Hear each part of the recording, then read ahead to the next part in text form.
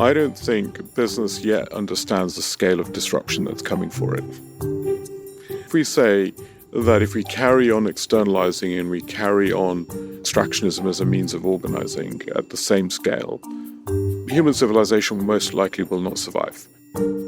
Welcome to the Curious Advantage podcast, an exploration of the idea of curiosity and its increasing importance for thriving in the digital age, from the authors of The Curious Advantage.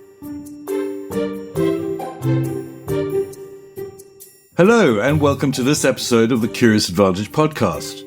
My name is Garrick Jones, and I'm one of the co-authors of the book The Curious Advantage, and today I'm here with my co-author Simon Brown. Hi, Simon. Hey, hi, everyone. We're delighted to be joined today by Indy Johar.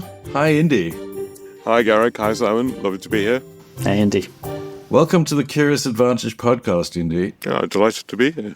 You're the co-founder of Dark Matter Labs, founding director of Open System Labs and the award-winning Architecture 00. You also helped start Open Systems Lab, WikiHouse, and OpenDesk. And you're, to my mind, an architect with a very special focus on people systems and how our environments can radically impact our experiences and outcomes. I mean, that's way too less around what you actually do. But can you tell us more about your journey and how you got to where you are today? Yeah, I mean, I think at the root level of it, I think what I've always been interested in is how do we democratize the capacity to make the city or the urban? And democratizing the capacity of the city, by democratizing, I don't mean the vote, I mean the capacity to genuinely make the city in place.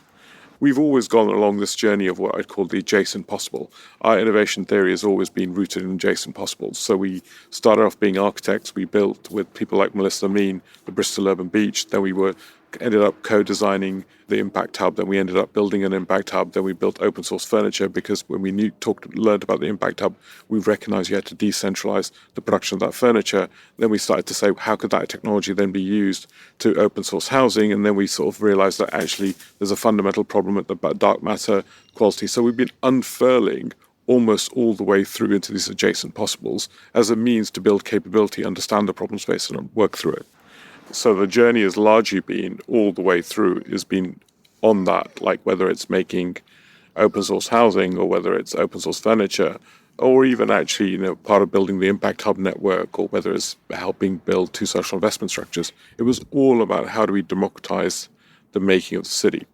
And fundamentally, Dark Matter Labs was just a recognition that actually at the back end of the physical democratization, there's a structural dark matter questions, the nature of the company and the nature of the firm as such, all the way through to the nature of property, all the way through to the nature of regulation, and how they actually constrain or how they are rooted in what I would call is a command and control theory.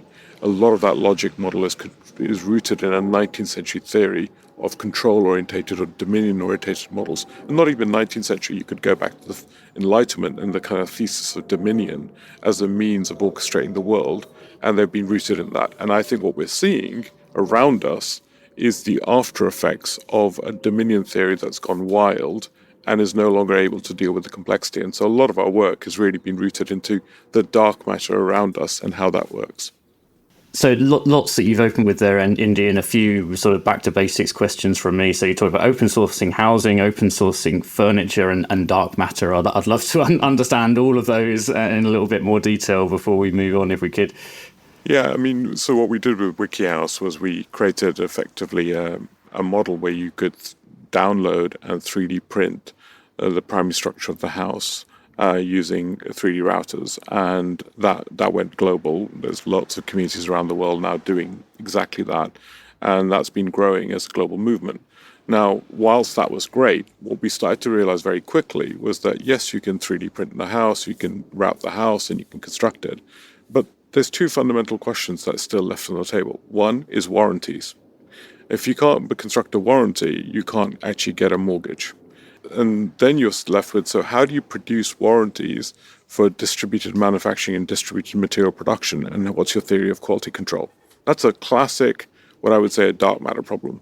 So what that does is centralize quality control. As soon as you centralize quality control, you centralize the innovation capacity of the system passively in the model. The second problem was effectively land. The value of a house in most parts of, say, southern parts of England, the value of the house is marginal relative to the value of the land. And the value of the land is not the land itself, it's actually the monopolistic access to public goods. So if I take your house and I was to grab it and put it in the middle of Siberia, how much is your house worth? Nothing. Its value is largely a function of, and its ecological value is nominal. It's there, but it's nominal. So most of the value of the house is actually a function of the monopolistic access it provides to labor markets, culture, transportation rights, all these other things. And so what we've seen is the inflation of the house. The house itself is a depreciating white good. It costs more and more to maintain. The ecological value of the land is nominal. It's useful, but nominal. The only thing that's really been inflating is what I would call is the monopolistic access to public goods. So when you buy a house, what you're really buying is the equity into the city. And what you're really seeing the inflation of is the equity of the city to the house owner. So what we started to discover was you could unbundle the house, you could physically transform the house, but actually the problem space was somewhere else. And that's been the journey into sort of going into dark matter, into saying actually the problem spaces are rooted into the things that govern the bureaucracies that we've constructed to be able to understand value and construct value. There's a real example of that here. So I live here in Switzerland on the border with France and Germany. And so you have land that is literally meters one side or other from the border. You could have an identical house on one side or the other. The land is physically the same. But I guess what I'm hearing is it's the dark matter, if you like, our invisible constraints of taxation and the rule of law and all of these pieces that would make one side double the value of the other side. Precisely. And it's quite disrupting to say, well, actually, most of the equity inflation that we've seen in our houses are not houses, they're equity inflation in the places that we live. And what we've seen is effectively that value that's been inflated has been captured like an enclosure by property. Whereas actually that value was constructed not only by property owners, but everyone that participated in the city or the place. So there's been a really interesting third horizon of enclosure of public value in this kind of last period of using housing as a mechanism. So I think this is exactly the sort of work that for example, right now we're in the middle of looking at how does land become self-owning and how do you make a house which is self-owning. So we're changing the theory of ownership into property, and what does that do to release our economies in different formats? I really want to explore adjacent possibles in a moment, but before we get that, I mean, you've talked already about cities and policy and people, individuals, organizations, and the global. And the thing about your work is you very openly talk about global transformation and the challenges facing the planet at this time. This is an enormous perspective. And you also talk about things we can do to actually make that change happen. And when you talk about the dark matter perspectives and so on, to your mind, what is the size of the transformation we're facing and what do we need to do about it? Okay, so there's multiple layers to this conversation for me. One is, I would argue that climate breakdown is a symptom of the problem. And if we understand it as a symptom, then you have to sort of say, where's the root cause? And I would say biodiversity loss is also a symptom of the problem. So if we understand these as structural kind of self-terminating symptoms, then where's the root of the challenge? And then the other part of the story that I think is really important is, and I would argue fundamentally, the root of the problem is rooted in how we imagine ourselves and our relationship with the planet. It's almost we're living at the cycle of a 400-year worldview of how we've imagined ourselves as discrete, individual, definable objects, the objectification of the world, the subjectification of the world, the dominion or orchestration of the world, the theory of control as a means of organizing, all the way through to classification theory. This modality of seeing the world, a Newtonian enlightenment, has coming to an end of a cycle. Science has already killed it 50 years ago. It's just policy and culture hasn't caught up yet.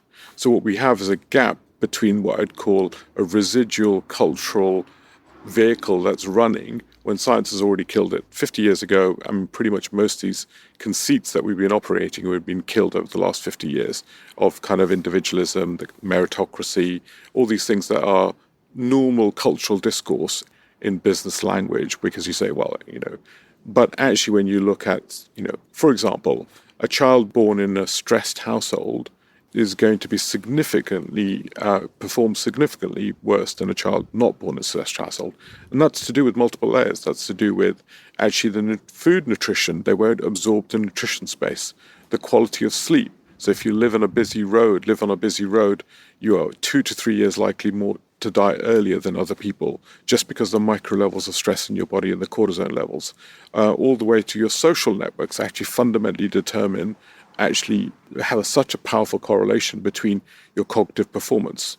If many of us were actually in a different social network, would we be anywhere close to where we are in our business positions or our locations?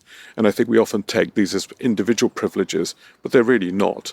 And so the social brain, and Garrick, you've been doing loads of work around this, the social brain, all these sort of theories, and epigenetics, you start to realize that we are entangled constructs. At the same time, what you start to realize is the institutional economy that we built has actually advanced what I would say an extractionism through a theory of dominion. Once you go into a power over relationship with the world, you optimize for extraction. We saw the earth as a resource to be extracted from, and we've driven extractionism and externalization. So you're optimizing for single point gains at the point of externalizing other costs. And those two worldviews were fine when the world was near infinite. But when the world becomes near finite and visibly finite, those externalizations and those extractionisms are now effectively self-terminating us as a civilization. So we've come to end of a cycle of a way of being. And I think we can be melodramatic about it, we can be whatever, but I really want to be very cool. It's just an end of a cycle of a way of viable being for the growth of civilization in any meaningful format. I'm really struck by when you talk about the discourse we have today and how it's lagging behind the science and our understanding of what really goes on.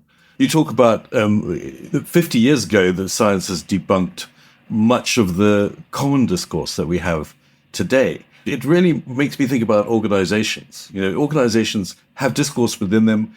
They have various constructs that shift from organization to organization, but there's a broad level of sort of constructs and thinking that is taught and that is propagated through business. So we're talking about the problem at the moment. What do you think would be a different set of language or a different set of conversation or constructs that we should have within business today, given what we know about the science? So let me start at two layers to that. Layer one is, I don't think business yet understands the scale of disruption that's coming for it. So if you look at the fundamentals, so if we say that if we carry on externalizing and we carry on extractionism as a means of organizing at the same scale, human civilization most likely will not survive. We're looking at 3 degrees temperature rise. 3 degrees temperature rise globally is 5 degrees in land, is 8 degrees in urban environments, up to 8 to 12 degrees urban environments on average. We'll lose food baskets. We will go into perpetual states of war, probably way earlier than we'll see the environmental effects, which will have an accelerating effect. So I think one thing we have to just realize is the path we're currently on is definitively self-terminating. And I also want to use this moment to take out the myth that I often see in business leaders' communities, where they say, well, the planet's going to really only support 1 billion people, and we're going to get down to 1 billion. This is a common parlance amongst the rich. And my common retort back to that is really simple. And this is also a retort by environmentalists, that the carrying capacity of the planet is 1 billion. It's not. The carrying capacity of the planet is 1 billion if you live American lifestyles.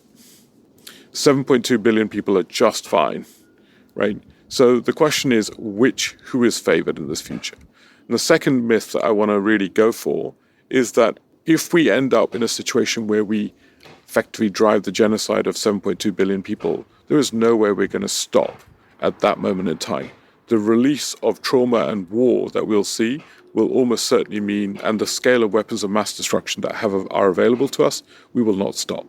So the pathway to civilization is not rooted in some narrowing or throttling of the human race.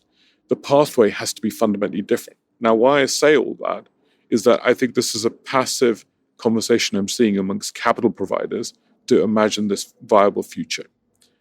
I think what we're facing is a much more structural transformation of our foundational economy. And that means our energy systems, our material systems, our biomaterial base, our human machine kind of cognitive economy, all the way to our nutrient base. This is as big as the Industrial Revolution was in both philosophy and the practice of what we make and how we live. And it is rooted at every level. That's why I talk about the human machine economy as a new human economy that's being given birth to as a result of the capabilities that we're building on machine capability sides. So this is a full stack transformation from energy upwards. And that will change. So this is kind of the scope. And then what I do think is really important is most of our economy, certainly in the West, is a derivative economy of a hydrocarbon economy. So as we start to shift our energy base, we're going to have to shift most of our derivative economies that we've been living in. And this is a root and branch transformation as close as I can see it. To give you a figure, I think I was quoted was that if you priced in social environmental costs on businesses, then you would, I think 78% of the S&P 100 would not be viable. Wow. Right. Gosh. Right. And I think this is really important to put on the table. So this is not a marginal transition. It's not a marginal transformation. This is as close to World War II rebuild of our economies as you can imagine. It's a rebuild of our economies at root and branch level. That's just the what. Then I think, Garrick, as you rightly say, is the how question. And the how question is also fundamentally different because I think we've created an enterprise economy that is rooted in command and control and cannot deal with complexity. So, as quick shorthand, I would say one of the biggest transformations we're going to see in enterprise is a move from control theory as a means of organizing to learning theory as a means of organizing. So in complexity, what you have to do is put your agency and your embodied intelligences at the front of the system, and you have to operate much more like a football coach. The back end of the system is not even a coach, it's a learning system for the front end actors. So you move from the role of what does executive leadership look like? Well, executive leadership is an enabling infrastructure, is a coaching infrastructure, is a learning infrastructure. And your real actors on the playing field are the people at the front of the business line. Philosophically, we understand that, but actually what we haven't yet understood is that's how value is going to be created. And that's going to change and disrupt theories of how risk is held. Currently, the problem is we centralize risks in the hands of the C-suite. And if you centralize risk in the hands of the C-suite, you force a control theory on the table because they're the holders of risk, so they need to be able to control and manage risk. But if opportunity is an entangled problem in the surface, we require a different theory of corporation. And I think this is going to be one of the most radical transformations of our theory of corporation in different formats, especially when you look at machine-assisted infrastructures and what that does to learning and development capabilities in that same cycle. So there's a transformation of the human economy in the birth of that machine economy. So in the what and the how, I think we're facing a major transformation. There's a huge amount there to unpack. So if I make sure I'm following fully, so we're essentially saying that the path that we're on is not sustainable, and your words probably more dramatic that it's a self-terminating path from the symptoms of the actions and the system that we've built at the moment in terms of extraction and hydrocarbon based, etc. If we looked at that in totality, then most of our organizations today wouldn't be sustainable if you priced in the social and climate impact of them.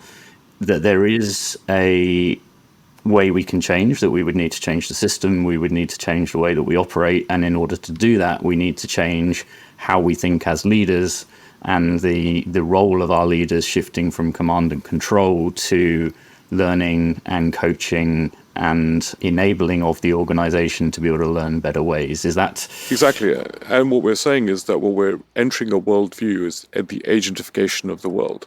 Whether it's machine agentification or human agentification, is we're moving capacity to the edge of the system and the capacity for agency at the edge of the system. It's not a moral theory, it's an efficacy theory in the theory of complexity.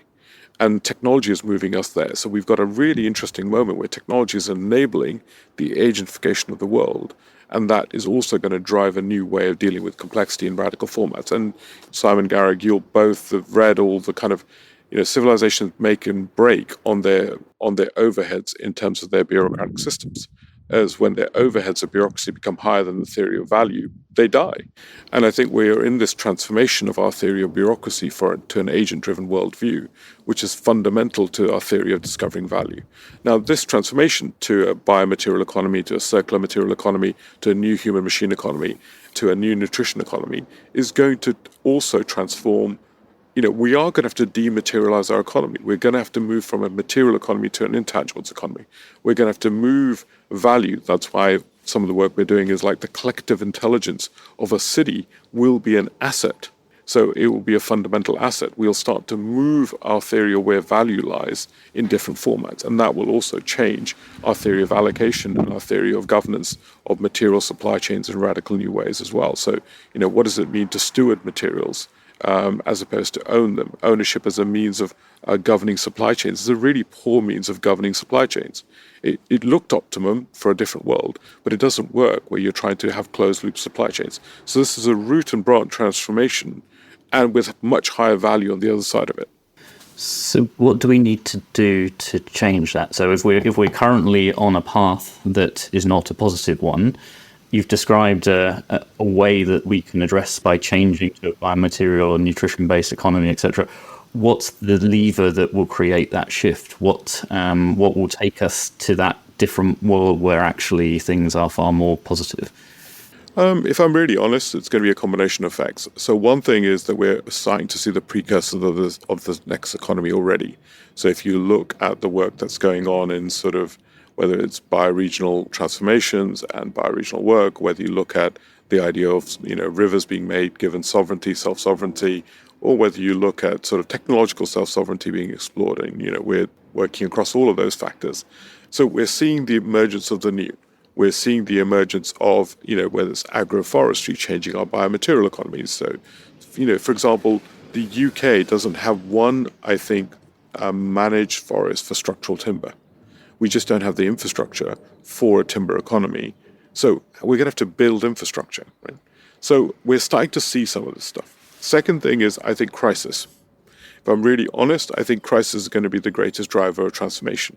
And when we start to price in some of the risks that we're holding, what you're going to see is a very fast fall away of value and pretty radical fall away of value. I remember when Mark Carney sort of did a beautiful thing. It was one of his most elegant moves when he turned around and asked I think it was insurance company, to write him a letter from the C-suite to say that they were solvent. All he sort of said was, could you let me know that you are solvent with regards to risk of climate change? I thought it was a great piece of work, right? Imagine asking every director of every company in the world to say, could you personally underwrite that you're solvent with regards to the risk of climate change? It's just a brilliant piece of fiduciary responsibility and declaration of public personal liability. So I think we're just not really understanding the risks. It's kind of like eyes half blind. Intentionally, we're squinting our eyes away from the systemic risks. The risks are now known as well. That's the other thing. So we're not crystallizing the risks on the balance sheets. I think we're going to see a forcing function when those risks crystallize. We're going to see structural transformation on that side. So this is a kind of move by the kind of attractor side, the risk side, and the crisis side. And also what we're going to see is security is going to drive this transformation. So one of the biggest moves that we're seeing is the rise of secure economics, security economics, which I think is going to be a big driver in these foundational economies. So security is no longer going to be perceived just from a kinetic sense, but energy, material, critical minerals, all the way through to nutrition systems and human-machine systems. So we're going to start to actually look at security economics as a key driver. So I think these three drivers are going to be the big macro forces that are going to accelerate the transformation.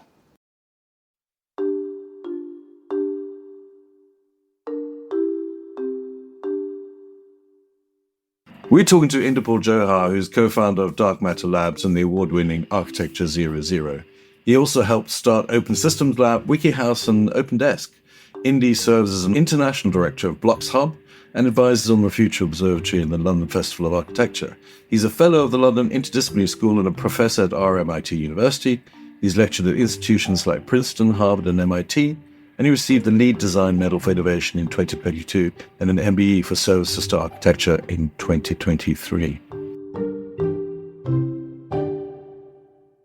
Indy, you've talked about this being the biggest transformation or rebuild since the Second World War. And you talk about security economics and crisis driving it.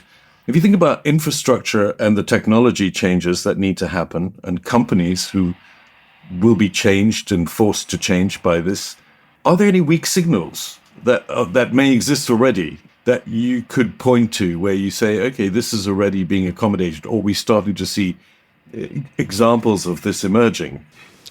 I think the weak signals are all around us. Copper is almost a fully recycled material right now, which is extraordinary just to see how quickly that's happened.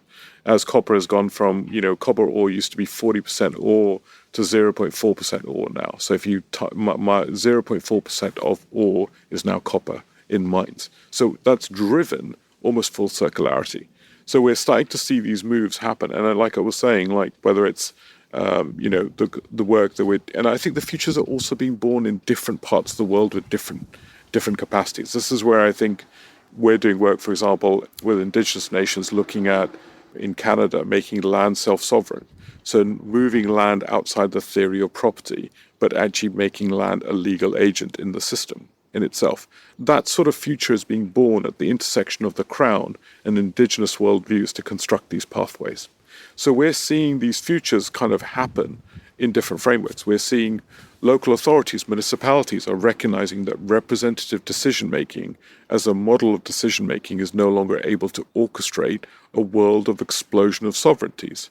So if the only person represented is humans, when actually the representation cycle needs, if you were to look at a city and talk about what are the agents in a city, you would say there's vastly more people than just the citizens of a city. So if you look at the explosion of sovereignty, we're seeing actually the sovereignty of a state as a quasi-sovereign actor is being broken as we start to actually distribute sovereignty back to citizenship, human systems, more than human systems, future humans with the right to live. How do we start to reimagine governance into those frameworks? Those conversations are starting already. So we're seeing the future is, we changed our pay structure. We changed, our theory of kind of moving from being a control-oriented organization to a learning-oriented organization. The rise of micro multinationals, much like yourselves, we're sort of operating in, 21 countries around the world. And we're distributed as a network. We're a micro multinational. And I think we're going to see the rise of these sorts of activities. So I think the weak signals of these behaviors are already there. And once you enter being a micro multinational, control theory becomes virtually impossible to deliver because it's an infinite problem of total control on the screen. And you end up with actually loss of results. So you have to shift the theory of the organization. So I think this is happening all around us. I want to explore further weak signals around the theory of organization. What do you imagine the new organization looks like? Command and control has gone out. The pyramid has been shifted and broken, hyper-connected, global. How does it work? How does it function? What makes it work? Yeah, it's really interesting. So I still believe that the core function of a corporation or the firm will be when you're operating with tacit knowledge that's pre-codification. So you can't codify and transact on it. So a boundary of the firm will be driven by actually on the ability of complex tacit knowledge where the cost of codification will be higher than actually the value created through the entanglements. So I think that's one dimension. The second dimension that I think becomes really interesting is more and more, I would say, is the kind of combination of human-machine capabilities. I think we will almost certainly be looking at futures of not what I would call machine-assisted learning capacities of organisms. So how are you using machines as auto-reflective device across 1,000 people to support their learning and ennoblement and helping them make better decisions? And I think this is going to be a really powerful back end of the future corporation. Third, I think what we're going to look at what I would call is chains of corporations working together, micro chains working together with shared interoperability.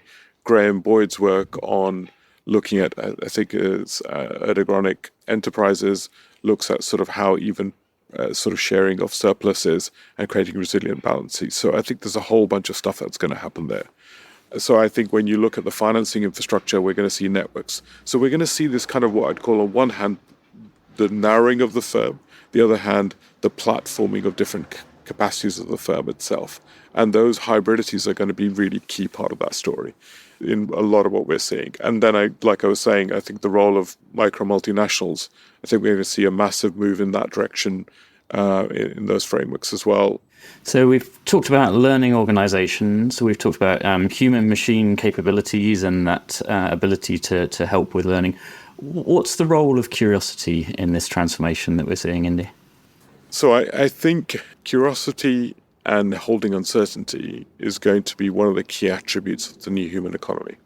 So I totally agree with your central premises. And we often talk about this, that to be in dark matter labs, you've got to be able to hold uncertainty, because we commit to goals that are yet not known how to be delivered to. And most of the economy, as we rebuild it, is going to be rooted in the discovery and the trajectory of moving towards goals that we do not know how to get to. So if that's the key case, the economy has to be rooted of firms to economies of discovery. And what we're finding is that there's different layers of that. So, for example, we talk about mission holding inside DM, which is the trajectory of a system. That is they're an infinite outcome deficit. You could carry on raising money and doing the work almost ad infinitum. Then there is an outcome responsibility, which is rooted in the project, but it's not just rooted in the project value, but the outcome value that's attributed to it and the next cycle of value. Then there's output value, which is actually discovering the outputs that are necessary to be held. So what you can start to see is that actually holding uncertainty across these different fields becomes a key function. This changes theories of roles, this changes theories of remuneration, this changes the nature of economies. All these things start to get structurally transformed in order to build economies for that. Curiosity also requires the word craft, I would argue, because the other thing I would say is that this is not a fire and forget economy. It's not that one person can be curious and tell other people what to do. It's a didactic response in relationship to context. It's a craft-based response between being able to philosophize and make simultaneously. So curiosity sits for me in a combination of being able to reflect and philosophize and to intervene, learn, reflect, and this iterative cycle is required to be able to adjust. And this goes back to the kind of point I made earlier about adjacent possibles, to be able to discover adjacent possibles that are near your reality. So I think curiosity and holding uncertainty and building economies of discovery are the kind of key organizational focuses for economies that are looking to transition. But building economies of discovery, to my understanding at the moment, is not an area where capital is flowing. So there's organizations like XPRIZE where there are big problems and the market is not investing in those, and therefore bodies like that are springing up to try to put the capital in to solve some of these problems. So how do we shift the flow of capital to invest in the unknown, invest in large impactful problems, but where we don't have the answer? Is that we need our capital holders to be more curious and to take more risk around solving some of those big problems? Well, I mean, yes, I'd frame it slightly differently. I think they're currently accumulating risk. So if you're a corporate, currently you're accumulating risk at a very, very fast level as a result of climate breakdown and the pathways of climate breakdown. So I'm not asking them to take risks, I'm asking them to manage risks. So I think it's really critical that we sort of shift the focus. And for me, the allocation of capital for discovery is a theory of optionality to manage your risks. So actually what I'm just looking for is competence. I'm just saying, be competent. The risk is already there, it's accelerating. Now what I'm saying is, how are you going to manage your risk? And the ability to manage risk requires you to be able to invest for options and discovery. So, I just came off a call in, for example, Australia. We were talking about the role of public venture capital. So we recognize that there's a whole problem space in the public domain that's going to require venture capital. We saw this with, in the UK response to COVID, which was extraordinary because of Kate Bingham's work in terms of how she was allocating capital in terms of the vaccine response. And I think we're going to have to start to learn quite different behaviors within corporations to actually build, I think every corporation should be running an internal venture capital fund. and it should be running that to transform its existing services as rapidly as it can, every part of that story.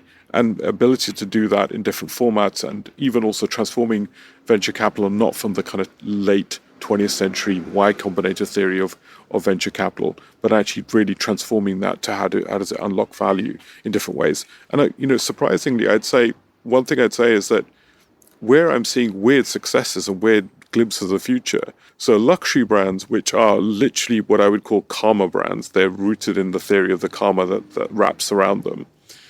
And they have vast amounts of free cash flow because their cost to value is entirely in brand, means that they're able to allocate to supply chain transformations at a much faster rate than what I would call commodity brands or utility brands.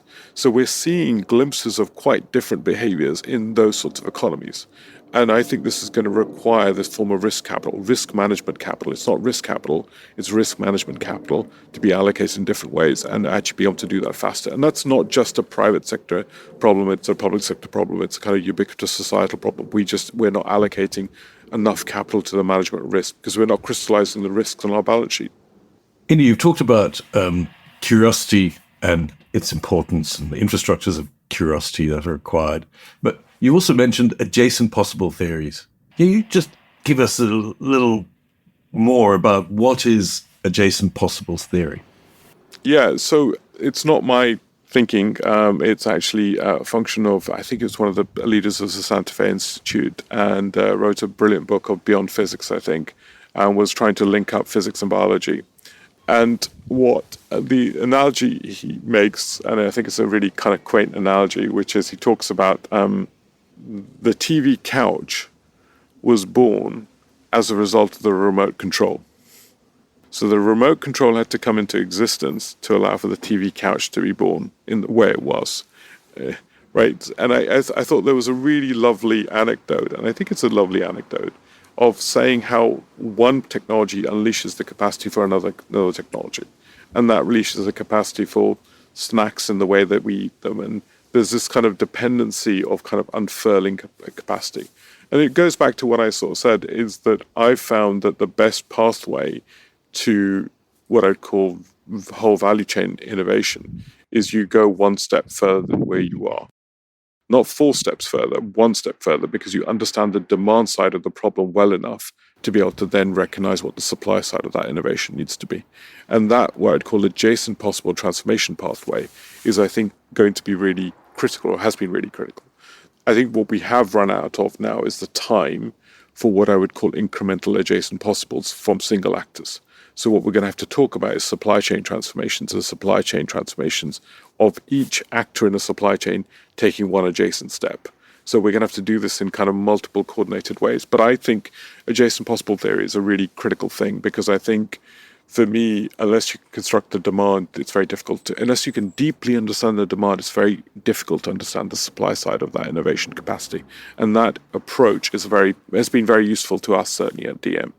So, Indy, what role do the latest advances from a technology perspective, and I'm thinking sort of AI, generative AI, have on this? Is that going to give us a positive boost to the speed with which we can make some of these advances, or what's your view on the impact that's going to have? It has the capacity for significant possible views, let's put it that way. I think the kind of agentification of the world, which is made possible by LLMs and also small-scale language models, is going to be really profound in terms of being able to deal with complexity at the edge of the system, and to be able to build what I'd call conversational systems at the edge of the system. So, and that's really important as a means to deal with complexity. So I think, yes, those things are going to be very useful. There are obviously, I think, one of the big challenges that we face is we're still holding what I would say is 21st century technology in theories of 19th century institutions called the legal firm, and theories of competitive theory in economies with the illusion of what I call markets as illusionary mechanisms of governance, of orchestration. So there is kind of what I'd call an institutional problem at the back end of it. The other problem is, obviously, everyone will say this, what I'd call the curriculum or the training data and the bias of the training data we haven't really developed the governance frameworks around the training and the training data infrastructure. So it's like kids are going to school with no national curriculum, basically. So we're training wild kids in lots of different data positions with no theory of governance over how we're training these agents. So there's a kind of governance gap emerging. Then the other thing is that I think is really critical is the nature of how we use these technologies. Do we use these technologies to control humans and to create control models, or do we use these technologies as learning models? What's our thesis of how we deploy technology?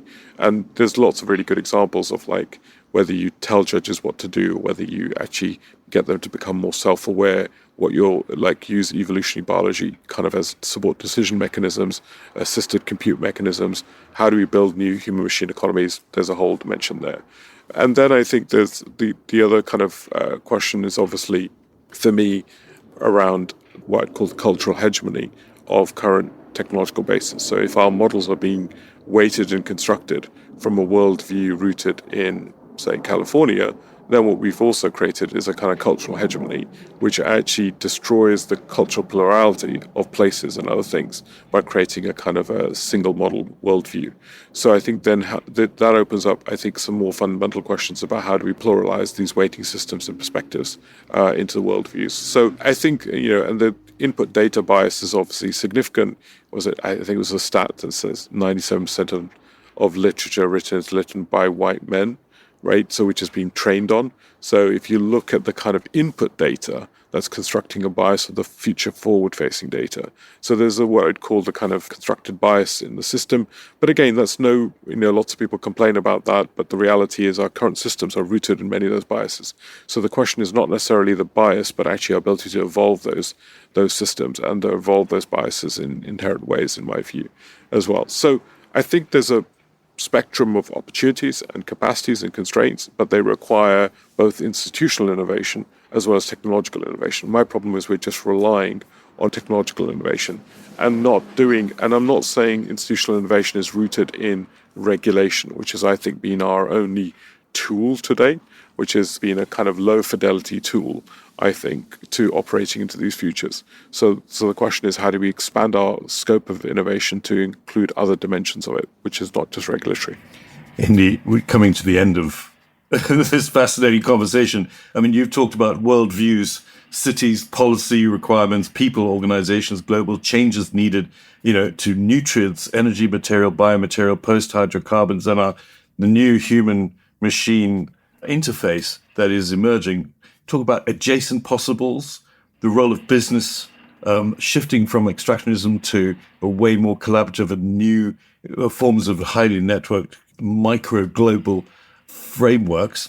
You talked about the move from control to theories of learning in both organizations and education, different theories of cooperation and corporations. And then we've talked about weak signals of some of the things that are already emergent and that are starting to grow and starting to be seen in the kind of collapse of the old ways of doing things. You've talked about security economics and evolutionary biology being, supporting decision-making, control models versus learning models, and a new theory of organization that is probably emerging and required.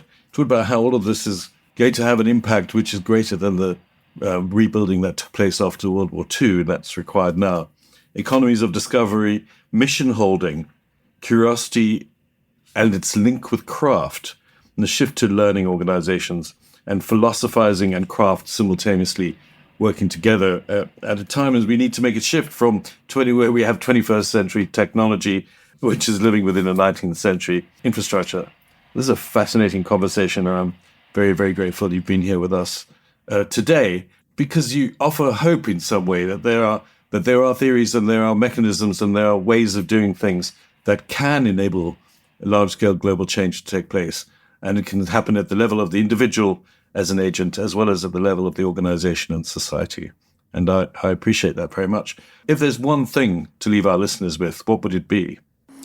Well, it depends. I mean, the one thing I think is we don't really have a choice. I think this is often framed as a choice.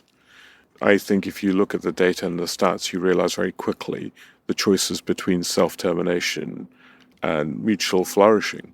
That's the choice that we face. It's a fork, and the fork is one end is not really a choice that life should make.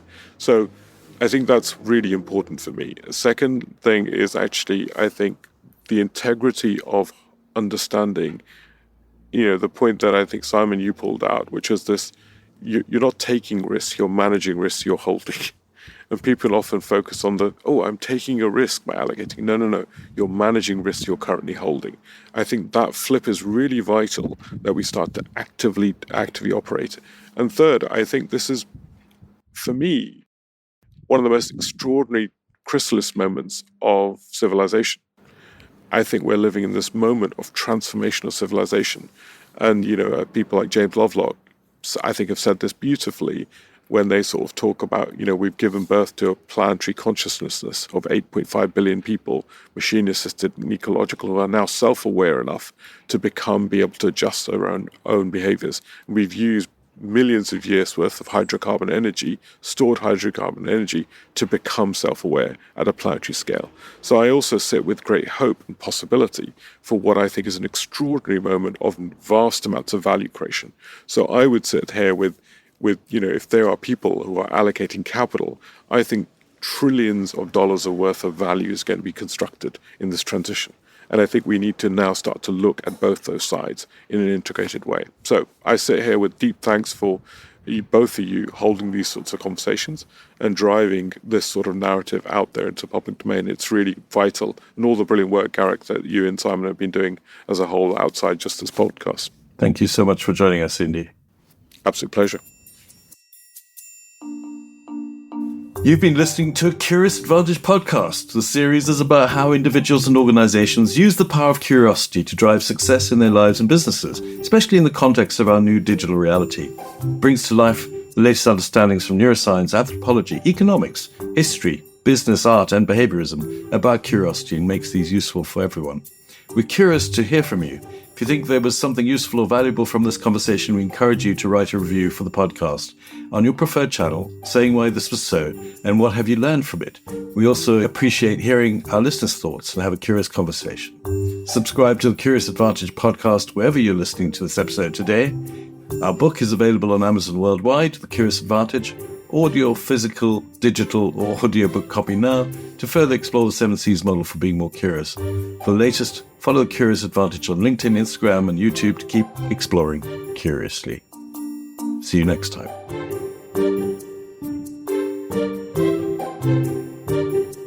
Thank you for listening to the Curious Advantage podcast. The Curious Advantage book is now available to purchase on Amazon. Stay tuned for the next episode and keep exploring curiously. This podcast is produced by Aliki Palinelli and John McGinty and edited by Jill Damatak-Futter.